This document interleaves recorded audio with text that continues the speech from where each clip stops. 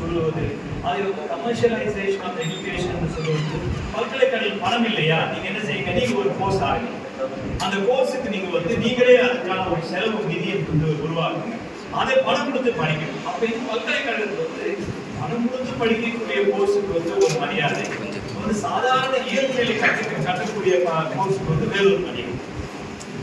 இதையெல்லாம் மாற்ற வேண்டும்.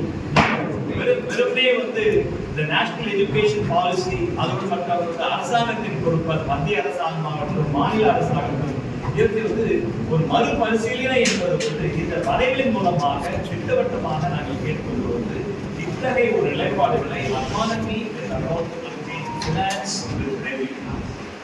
இவற்றையெல்லாம் திரும்பவும் எண்ணிக்கையை நாம் நிராகரிப்பதன் மூலமாக நாம் சொல்வது என்றால் இதற்கு ஒரு மாற்று பரிசீலனையோடு மட்டுமல்லாமல் மாற்று திட்டமும் கொள்கை, அது கல்விக் கொள்கையாகட்டும் அல்லது உயர் கல்வி திட்டமாகட்டும் இவற்றை தான் அடிப்படையாக இந்த மூலமாக. ஏனென்றால் அடித்தளத்தில் இருக்கக்கூடிய மாணவர்கள் தங்களுடைய குலத்திலே என்ன தொழிலை செய்கிறார்களோ அந்த தொழிலை தேர்ந்தெடுத்து அதற்கான பயிற்சியை வழங்கப்படும் என்று அவர்களை மேல்கல்விக்கு மேல்நிலை கல்விக்கு செல்ல முடியாத ஒரு நிலையிலே அந்த தேச விரோத கல்விக் கொள்கையானது இருக்கின்றது.